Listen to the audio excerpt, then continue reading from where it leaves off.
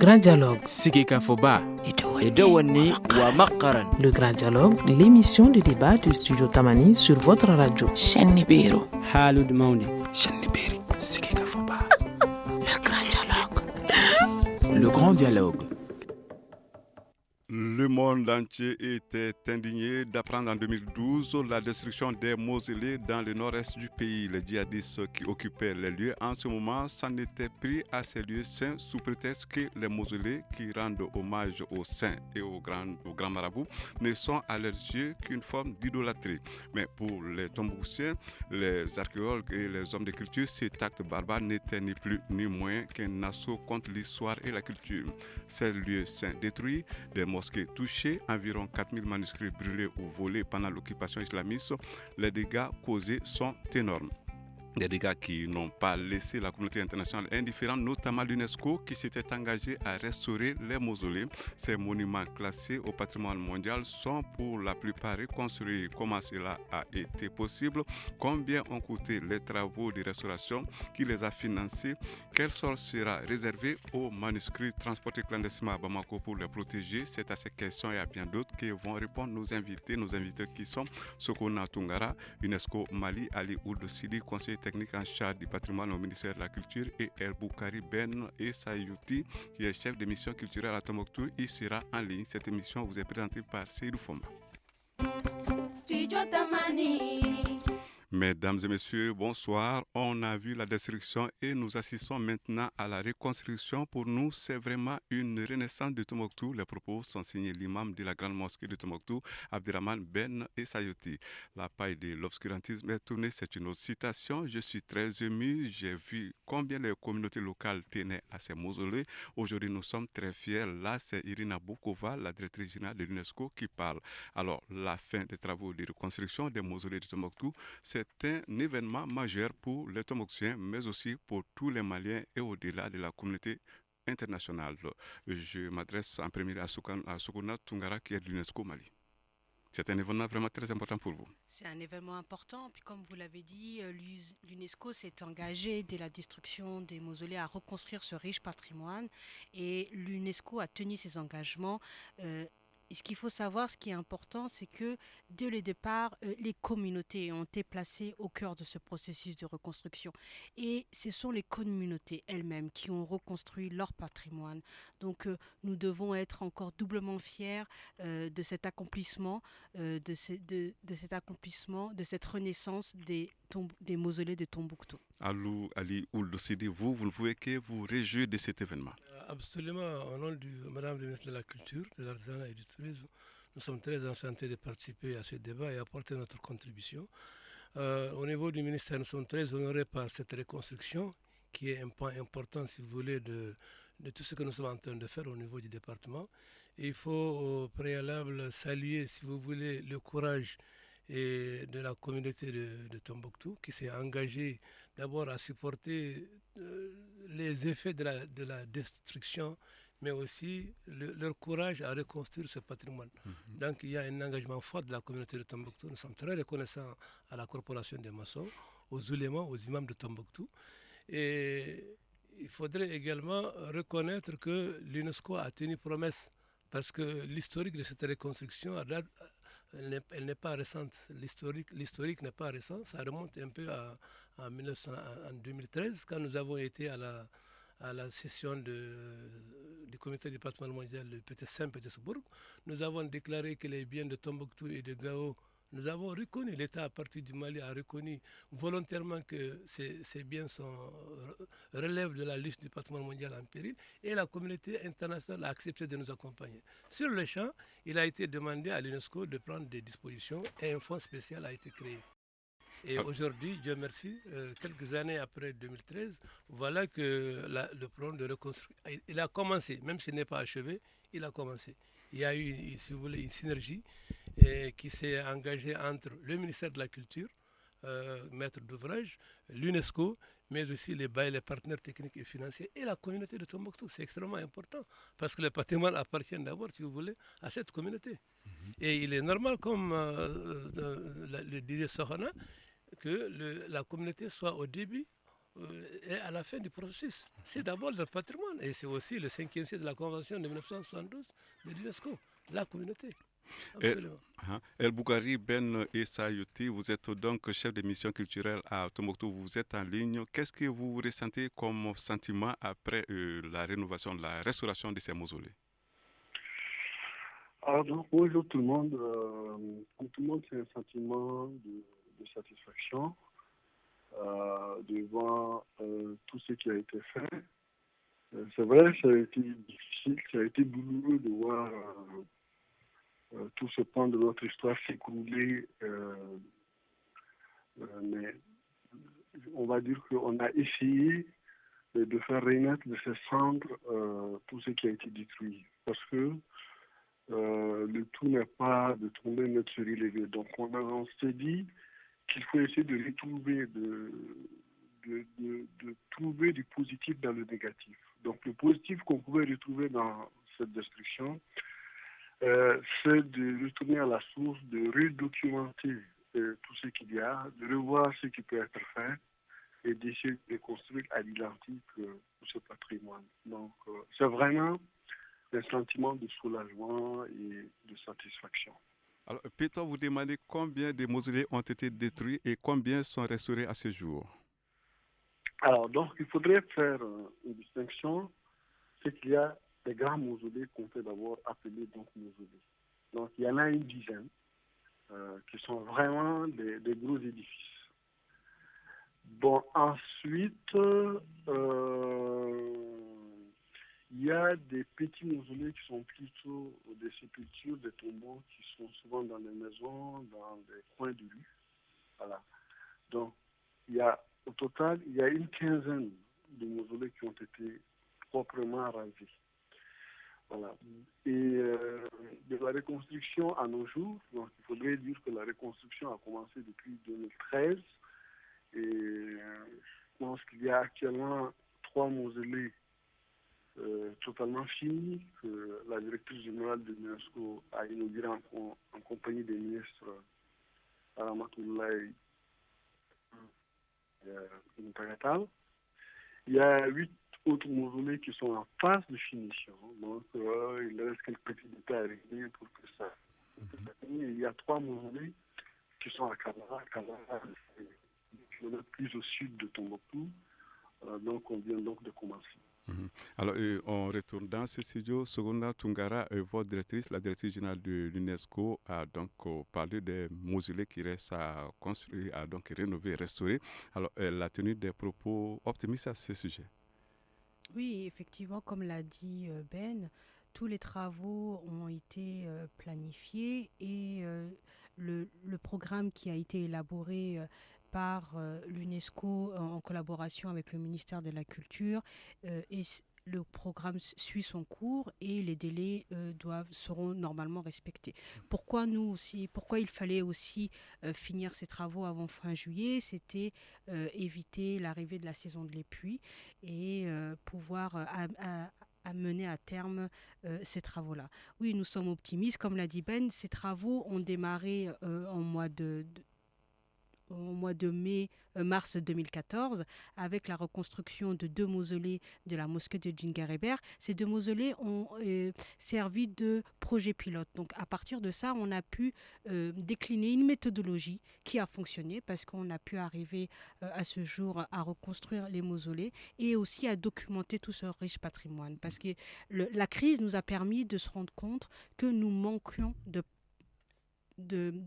documentation sur ces mausolées et nous avons pu faire des relevés architecturaux, faire des fouilles archéologiques qui nous ont permis d'avoir plus d'informations sur l'histoire de ces mausolées. Et aujourd'hui, les travaux seront terminés normalement fin juillet et nous prévoyons à la suite de la saison des pluies éventuellement de refaire punition, parce que c'est des édifices en terre, donc des édifices qui vivent, et donc on pourra faire des travaux d'ajustement à la suite de la saison des pluies. Ali Ouldo Sidi, vous qui êtes conseiller technique en charge du patrimoine au ministère de la Culture, les propos que vous venez d'entendre vous rassurent quant au sort des mausolées qui restent à rénover? Absolument, absolument. De mon point de vue, je pense que la destruction a été un mal nécessaire. Je m'explique. Je rejoins Ben Essayouti et Sohna. quand on dit qu'il y avait peu ou pas de documentation au sujet de ces mausolées. Donc la destruction de ces mausolées nous a permis vraiment de nous repositionner, de mieux connaître l'historique de chacun de ces mausolées-là, pour pouvoir les reconstituer, de connaître également leurs dimensions, les éléments constitutifs qui entrent également dans leur construction, mais aussi les plans. Et c'est ce qui a pris du temps et que la communauté de Tombouctou ou bien le reste des citoyens maliens n'arrivaient pas à comprendre le temps que nous avons mis, l'UNESCO et nous, pour aborder le processus de reconstruction. Il y a tout un processus en avant de documentation, de collecte d'informations. Il fallait interroger la tradition orale, il fallait interroger les sources écrites, il fallait interroger également les communautés qui sont sur place, mais aussi les sources archéologiques. C'est en fonction, si vous voulez, de ces différents éléments-là que nous sommes arrivés à confectionner un document technique qui va nous servir même dans la reconstruction. Et l'autre aspect, si vous voulez, de cette reconstruction, c'est que cette reconstruction est accompagnée d'une documentation également. Et c'est pourquoi, d'ailleurs, nous autres gestionnaires, nous disons qu'il faut construire à l'identique. L'identique, c'est reconstruire comme c'était avant, si vous voulez. C'est le respect de l'authenticité, de l'intégrité, de ce que nous avons appelé dans notre jargon la valeur universelle exceptionnelle du bien. Donc, si on arrive à avoir des éléments sur le passé du bien, sur ces éléments constitutifs, et en fonction des orientations de la Convention de 1972, que l'on respecte les formes architecturales, les matériaux à utiliser, on peut reconstruire le bien. Et c'est ce que nous sommes en train de faire.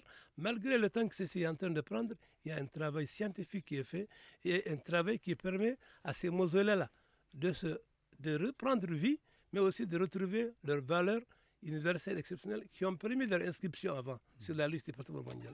Donc l'autre étape pour nous, ministère de la Culture et UNESCO, serait, si vous voulez, de faire des démarches pour que le bien culturel Tombouctou, composé de 3 mosquées et de 16 mausolées, revient encore sur la liste normale du patrimoine mondial de l'UNESCO. Nous allons à présent parler d'argent. Alors, combien ont coûté les travaux qui viennent de s'achever et combien reste-t-il à mobiliser? Je crois qu'on va poser la question en premier lieu à Sokona Tungara de l'UNESCO Mali. D'accord. Donc, le programme de réhabilitation a été estimé à 11 millions de dollars. Au jour d'aujourd'hui, environ 3 millions ont été mobilisés. Ce qu'il faut savoir, c'est que ce programme de réhabilitation intègre pas simplement la réhabilitation des mausolées, la reconstruction des mausolées, mais plusieurs autres composantes. Il y a une composante de documentation, comme l'a dit Alioune Sidi, qui a permis de rassembler les textes, images, plans que nous avons sur les mausolées, mais aussi sur les mosquées. Il y a eu aussi une autre période d'études et de réalisation des documents techniques et des documents projets qui ont permis de mettre en œuvre les travaux de réhabilitation. Donc ça a été une deuxième composante. Il y a une composante aussi pour les manuscrits, c'est-à-dire les manuscrits de Tombouctou ont été exfiltrés clandestinement à Bamako. Et donc dans le cadre de ce programme de réhabilitation, on prévoit aussi la sauvegarde de ces manuscrits de Tombouctou. Donc ce programme global de 11 millions de dollars. C'est vrai que ça paraît un peu énorme, mais ça rassemble plusieurs composantes. Et il y a aussi une composante sur la diffusion des résultats et une composante aussi sur la formation, renforcer les capacités des infrastructures, des missions culturelles. Et ce programme de réhabilitation prend aussi en compte Gao, avec le tombeau des Askia, mais aussi tout le volet du patrimoine immatériel. C'est-à-dire que le patrimoine immatériel aussi a été largement souffert de l'occupation du Nord Mali. Et donc, il y a un vaste inventaire qui est en train d'être réalisé pour justement recenser tous ces éléments du patrimoine immatériel. Donc voilà. El Boukari Ben Essayouti est donc en ligne. Il est le chef de mission culturelle à Tombouctou. Dites-nous, El Boukari Ben Essayouti, vous venez d'écouter avec nous les travaux qui viennent d'être réalisés coûtent cher, coûtent même très cher. Il faut mobiliser au total 11 millions de dollars. Sur lesquels on a 3. Alors, êtes-vous optimiste par rapport à cette mobilisation? Difficile pour moi de dire si je suis optimiste parce qu'il y a des paramètres par rapport à la mobilisation. Il y a des paramètres que je ne maîtrise absolument pas. peut-être que Soprano Tonkara et Ali Oultibi sont des voies plus autorisées pour cerner cette problématique de mobilisation des fonds. Voilà, donc, allô? Alors, je vous entends, oui. Continuez. Allez-y, oui. Alors, je crois que nous allons tenter de joindre M. Essayouti. Alors, la ligne, on a quelques difficultés. La ligne est mauvaise, on va vous rejoindre. Nous revenons Moi, donc. je vous entends très, très bien. Alors, continuez. Voilà, donc je disais que peut-être qu'Ali Oultibi et Soprano Tonkara sont plus à même de cerner cette problématique de mobilisation des ressources que moi. Donc nous sommes dans la phase plus pratique et exécutoire donc, sur le terrain. Donc les fonds qui remontent jusqu'à nous, on est chargé donc d'exécuter les travaux avec la corporation des maçons et des architectes commis architectes. Voilà. Donc peut-être vous allez vous rapprocher un peu. Voilà. On va vous retrouver donc, M. Sayatou. Il y a le temps quand même de résoudre les petits problèmes techniques que nous avons par rapport à la ligne. Retour donc dans ce studio avec Ali Oudo Sidi, qui est conseiller technique en charge du patrimoine. Il est donc du ministère de la Culture. Alors, dites-nous, Ali Oudo Sidi, l'UNESCO a quand même abattu un énorme travail ici. Il reste encore à mobiliser beaucoup de fonds, mais je crois que la balle n'est pas dans le seul camp de l'UNESCO. Qu'est-ce que vous en pensez? Mais c'est un travail collégial, hein, parce que le plan d'action lui-même qui a été élaboré est un plan d'action commun, c'est-à-dire il a été élaboré conjointement par le ministère de la Culture du Mali et l'UNESCO. Donc, dès le début, nous sommes partagés, si vous voulez, le document. Et pour les différentes étapes également de collecte de fonds et de mise en œuvre du projet, nous sommes ensemble. La raison en est que même ce premier montant qui a été, si vous voulez, acquis, il est passé sous la signature du ministère de tutelle. Alors, nous allons observer une courte pause avant de continuer ce débat. Vous écoutez Studio Tamani, votre avis nous intéresse. Écrivez vos commentaires et suggestions sur la page Facebook et dialoguez avec nous. Studio Tamani, c'est aussi les réseaux sociaux. Alors, nous allons rendre la parole à Ali Oudo Sidi. Ali Ould Sidi, qui est conseiller technique en charge du patrimoine au ministère de la Culture. Alors, vous avez dit c'est un travail... Je disais que le plan d'action lui-même est un travail collégial. Il a été conjointement élaboré par le ministère de la Culture et l'UNESCO. Donc, nous le reconnaissons à travers le document. Et pour les... Oui, et l'enseignement supérieur, bien sûr. Et nous sommes également, si vous voulez, partie intégrante des autres étapes, c'est-à-dire la collecte des ressources, mais aussi la mise en œuvre du projet, du plan d'action. Et c'est aussi notre rôle, parce que nous sommes d'abord le maître d'ouvrage. C'est l'État parti du Mali que nous représentons dans ce projet. Donc c'est tout à fait normal que nous ayons l'œil, si vous voulez, sur tout ce qui se passe. Comme on le voit, jusqu'à présent, ça se passe à notre satisfaction. Absolument. Comme on le constate, c'est tout un processus quand même, hein, cette restauration des mausolées. Dites-nous, maintenant, Madame Sogona Tungara de l'UNESCO, dites-nous qui a financé le processus.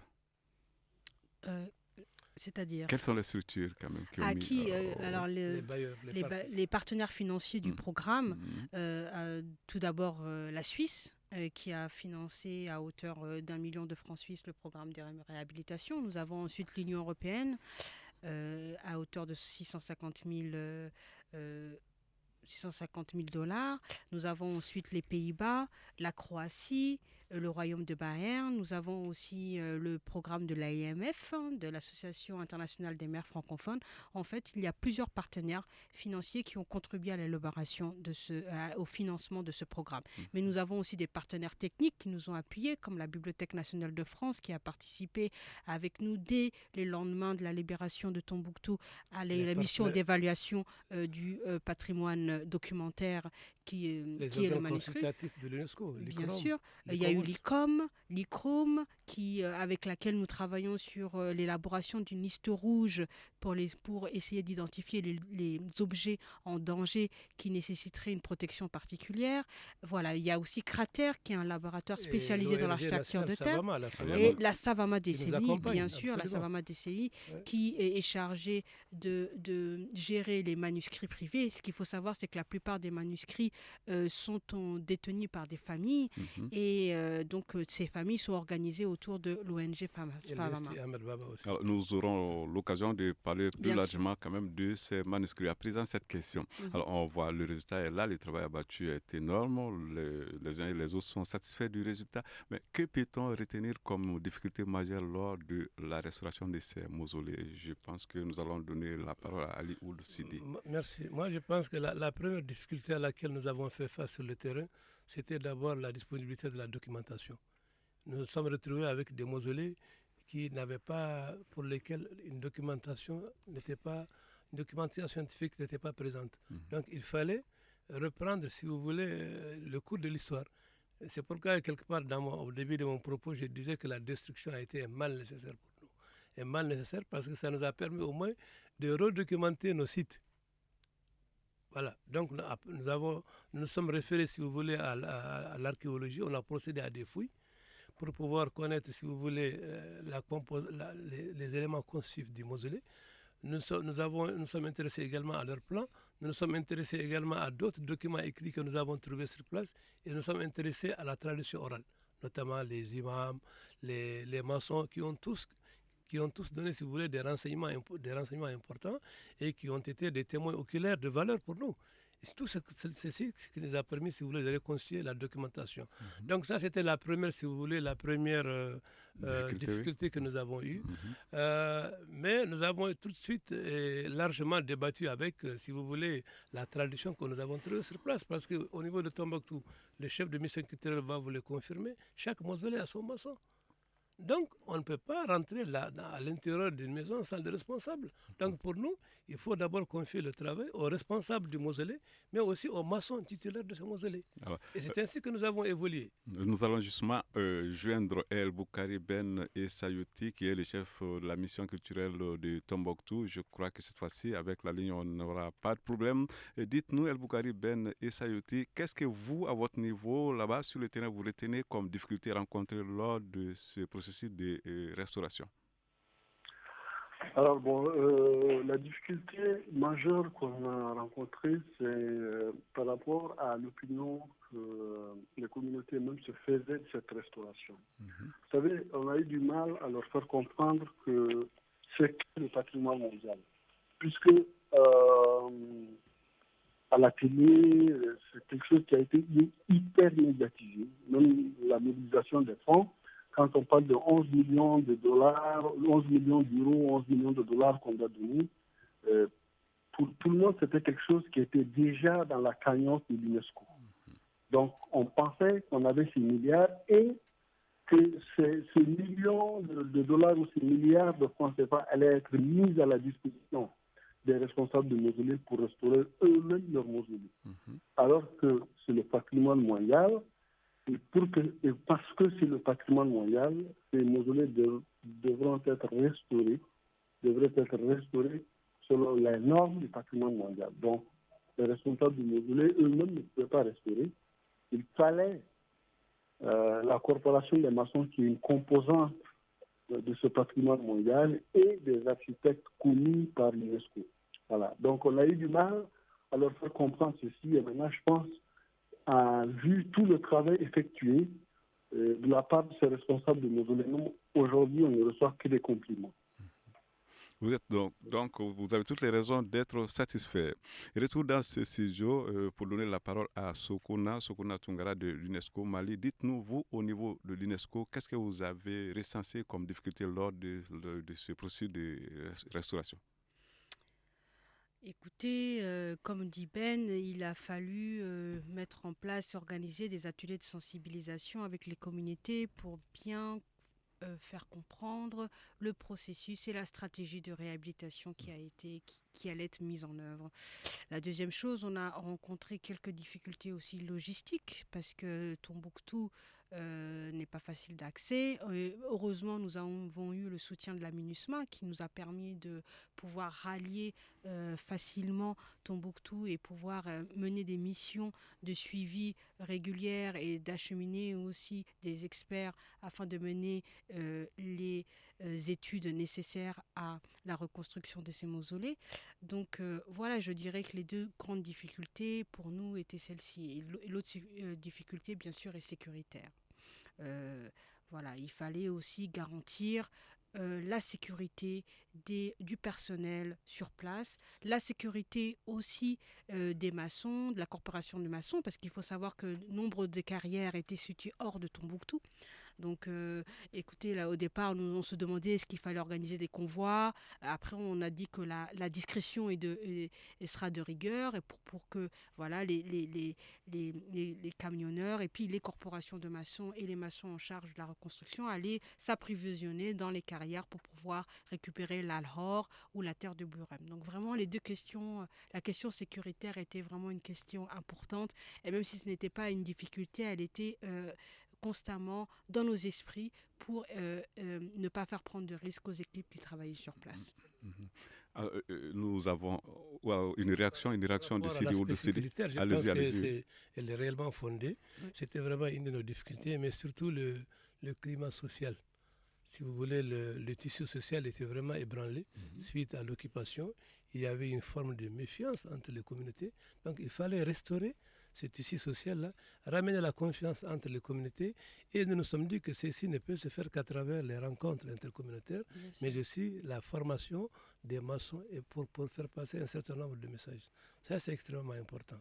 La deuxième, si vous voulez, étape ou bien la deuxième démarche pour nous, ministère de la Culture, c'est aussi de placer le patrimoine au cœur du processus de réconciliation nationale. Parce que nous sommes dit qu'à partir de la reconstruction des mausolées, on peut aussi aller vers la réconciliation des cœurs et des esprits.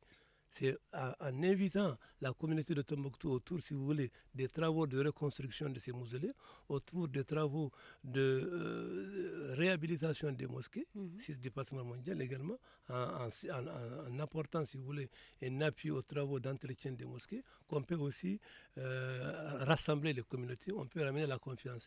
Et petit à petit, ce climat social est en train, si vous voulez, le tissu est en train de se recoudre, et la confiance renaît, et les gens reprennent. Les travaux reprennent de nouveau à Tombouctou. Voilà. Alors, Sogourna Toungara, peut-être que c'est ce qu'a voulu dire votre directrice, la directrice générale de l'UNESCO Mali, lorsqu'elle disait que à travers ces gestes, l'UNESCO contribuait quand même au retour de la paix, à la stabilisation. Peut-être c'est la même idée. Tout à fait. Il faut savoir que pour l'UNESCO, la culture est à la base du processus de réconciliation. Je veux juste donner un exemple. Lors du crépissage du tombeau des Askia, qui a été organisé en 2014, nous avons vu toutes les communautés ensemble pour un but commun. Et je pense que c'est la réhabilitation du patrimoine culturel et la stratégie qui a été adoptée par l'UNESCO et ses partenaires ministériels et partenaires techniques et financiers a permis de lancer la réconciliation et le dialogue entre les communautés. Et je pense que ça doit être un exemple aussi, pas simplement dans le domaine culturel, mais peut-être dans les autres domaines, comment placer ces communautés au cœur du processus de reconstruction, au cœur des activités professionnelles et des activités humaines. Et comme ça, quand les gens travaillent ensemble, les gens se comprennent mieux. Et je pense que ce travail, que cette reconstruction a au-delà a une valeur symbolique et doit servir aussi d'exemple pour les différents projets qui peuvent être élaborés dans le Nord Mali. Le Boukari Ben et Sayouti, vous êtes chef de mission, je le rappelle, chef de mission culturelle à Tombouctou. Dites-nous, la restauration de ces mausolées, ça peut être un facteur qui va contribuer à mieux rapprocher les communautés. En fait, moi je dirais tout de suite que fondamentalement, entre les communautés, il n'y a strictement aucun problème. Peut-être que, je ne sais pas, entre quelques seigneurs de guerre et je ne sais pas qui, il y a des problèmes, mais entre les communautés qui vivent sur les lieux, je pense qu'il n'y a fondamentalement aucun problème, je le dis très fort. Ensuite, si on vient sur le terrain du patrimoine culturel, il n'y a rien de plus fédérateur que les mausolées. Si vous prenez les mausolées qui sont sur le patrimoine mondial, vous retrouvez des saints qui sont d'un peu de toutes les communautés et pas seulement des communautés de Tombouctou. Vous prenez par exemple Massiré Boubou Zangrani, c'est donc un saint de Tombouctou, mais qui est originaire, je n'ai pas besoin de vous dire d'où son nom, Massiré Boubou Zangrani, certainement du Burkina Faso. Il y a Mohamed Konomoro, il y a Mohamed Sangaré Le Keul. Donc, vous voyez, il y a des saints qui sont un peu de toutes les communautés du Mali. Donc, c'est vraiment un élément vraiment fédérateur. Et la reconstruction du patrimoine aussi, c'est fait avec ces communautés. Et à Tombouctou, je dis bien à Tombouctou, fondamentalement, strictement, les communautés sont vraiment unies. Alors, cela est compris. Nous allons donc observer la deuxième pause avant de poursuivre ce débat. Une réaction, Un avis, Un commentaire. réagissez sur la page Facebook de Studio Tamani et restez connectés avec nous. Studio Tamani sur les réseaux sociaux pour vous faire entendre. Nous avons jusque-là évoqué les mausolées, mais il n'y a pas que les mausolées. Des mosquées ont été touchées, des monuments aussi. On ne saurait oublier les manuscrits dont on dit d'ailleurs que quelques 4000 exemplaires ont été détruits ou volés. Je pose la question à Ali Ould Sidi. C'est un aspect quand même important. Absolument. Quand on dit Tombouctou, ce sont d'abord ces mausolées, ces mosquées, mais aussi ces manuscrits. Tombouctou fut une cité du savoir. Au XVe siècle, à son apogée, Tombouctou avait son université, l'université de Sankore, avec ses 25 000 étudiants. Et les manuscrits que nous utilisons aujourd'hui sont, si vous voulez, les vestiges de cette université. Et ces manuscrits venaient de partout à travers le commerce transsaharien, via les échanges entre les oulémas. Tombouctou fut un foyer de diffusion de l'islam, donc qui est soutenu également par ces manuscrits. Donc, Tombouctou ne dispose pas d'or pour le moment, encore moins de pétrole, mais dispose, si vous voulez, de ces manuscrits. Une richesse inépuisable. Parce que c'est des manuscrits qui traitent des sciences sociales, des sciences exactes, de la gouvernance, des changements climatiques, etc. etc. C'est énorme. C'est une source inépuisable.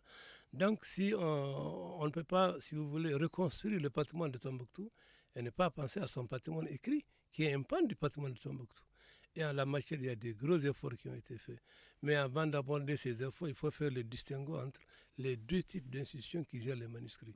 Nous avons l'IHRI, l'Institut de hautes études de recherche islamique Ahmed Baba, ou l'ancien centre Ahmed Baba, qui est une institution étatique qui dépend du ministère de l'enseignement, des enseignements supérieurs et de la recherche scientifique. C'est là où ils sont impliqués dans le plan d'action, mais aussi les bibliothèques privées, qui, elles, relèvent du ministère de la Culture.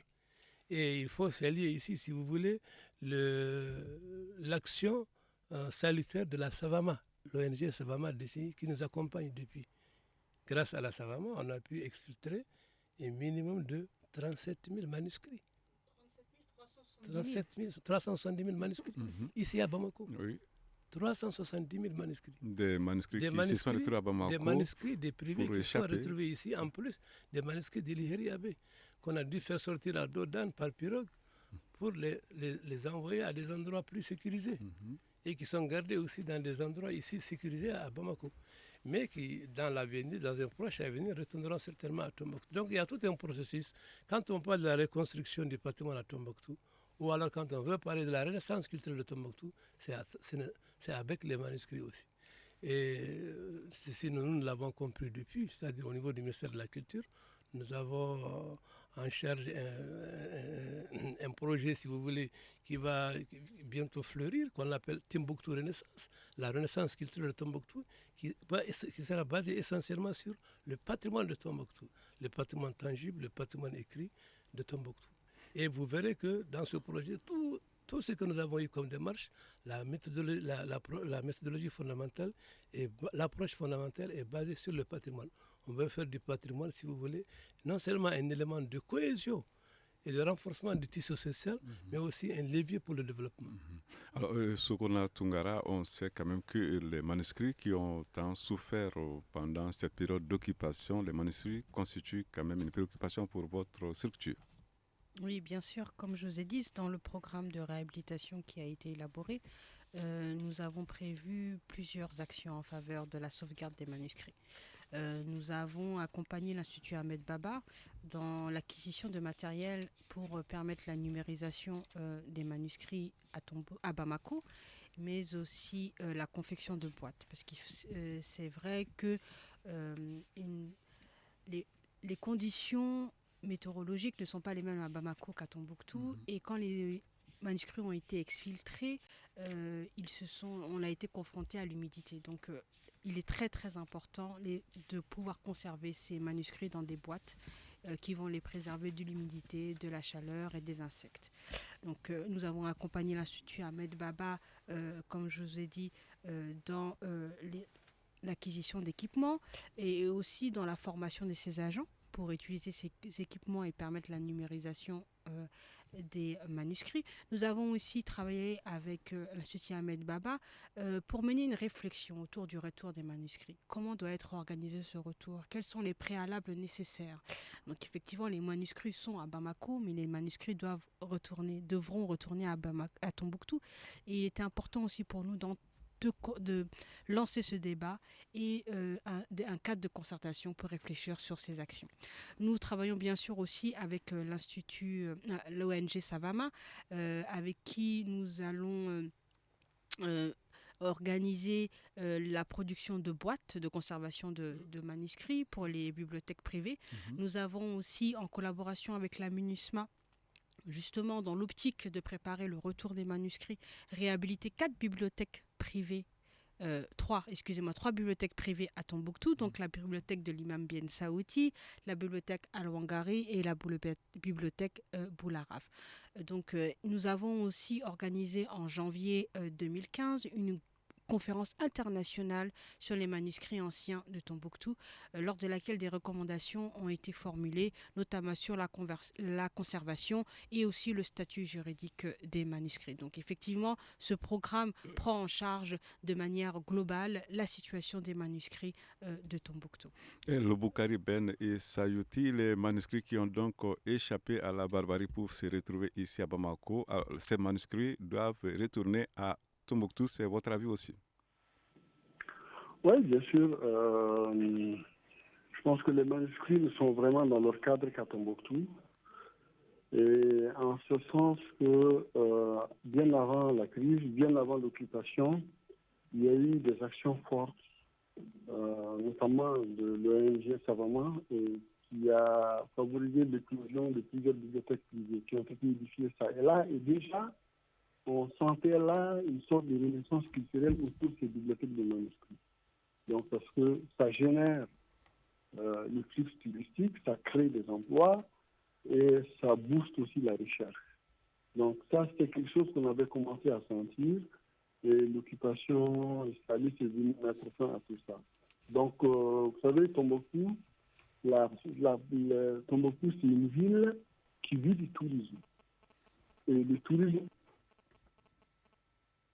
Oui, allez-y.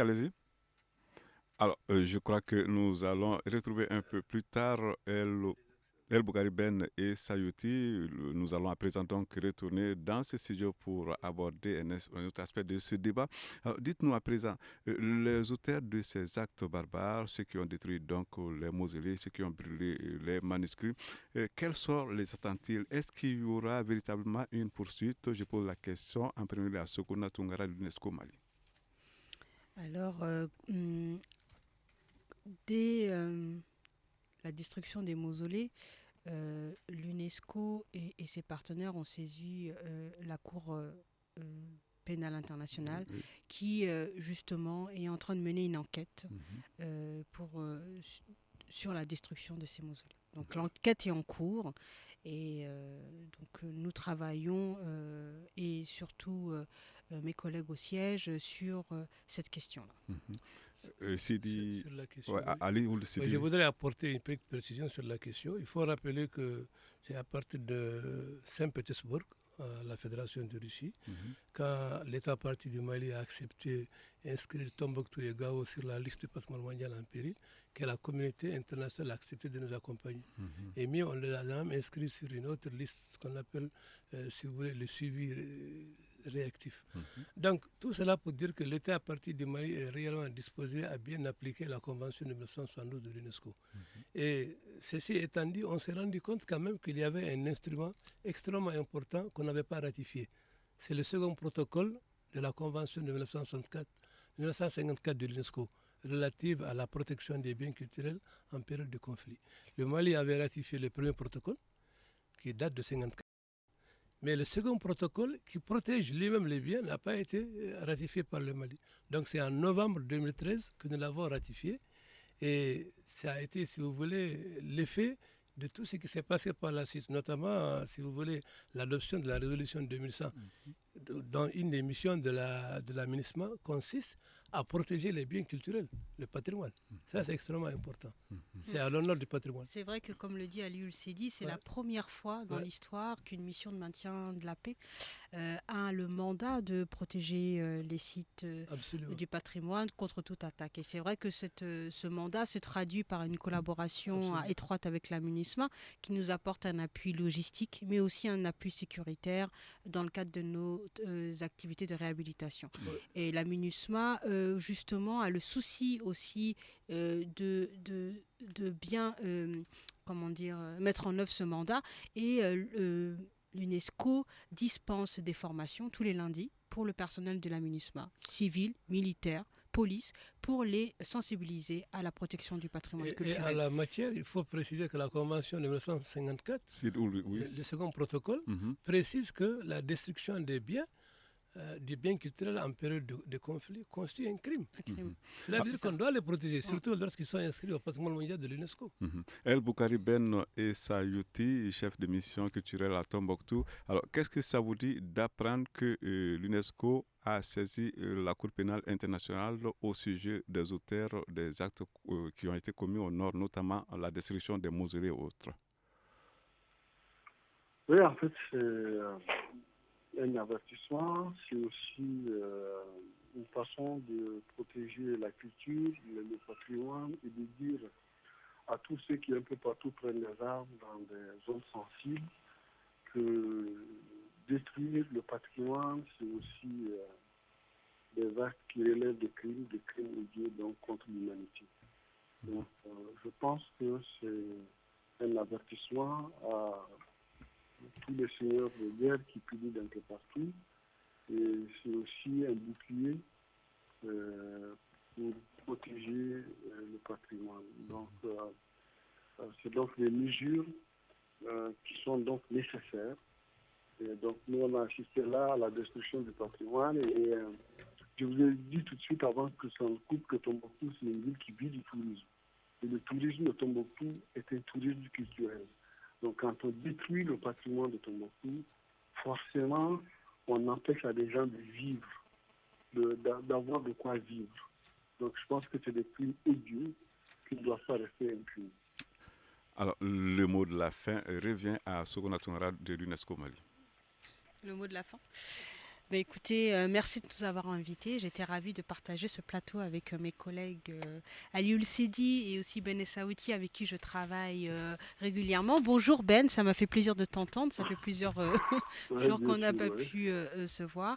Écoutez, on est ravis que ce programme de réhabilitation soit en cours, qu'il continue, que les communautés aient montré la satisfaction, et ça c'est une satisfaction aussi pour nous, l'UNESCO, et on espère que ce riche patrimoine va continuer de briller dans le monde entier, parce qu'il faut savoir que Tombouctou a une réputation mondiale. Tombouctou est une ville sainte et une ville qui tient toute cette valeur et tout son label de ville du patrimoine mondial grâce à ces mausolées et ces multiples mausolées qu'on retrouve dans la ville. Donc voilà, on espère et on continuera. L'UNESCO et ses partenaires sont résolument engagés à continuer à préserver, protéger et réhabiliter ce patrimoine culturel. Voilà, c'est sur ces propos que s'achève donc le grand dialogue de ce lundi 20 juillet 2015. Je rappelle que nous avons reçu 3 invités. Il s'agissait de Sogona Tungara, UNESCO Mali, Ali Ould Sidi, conseiller technique en charge du patrimoine au ministère de la Culture, et El Boukari Ben Essa Youti, chef de mission culturelle à Tombouctou. Alors, l'émission vous a été présentée par Seydou Fomba à la réalisation, Ousmane Djadjet Touré, à la mise en onde, Salimo Djouara, et à la régie vidéo, Peting Diara. On se retrouve donc demain pour un autre débat. Au revoir.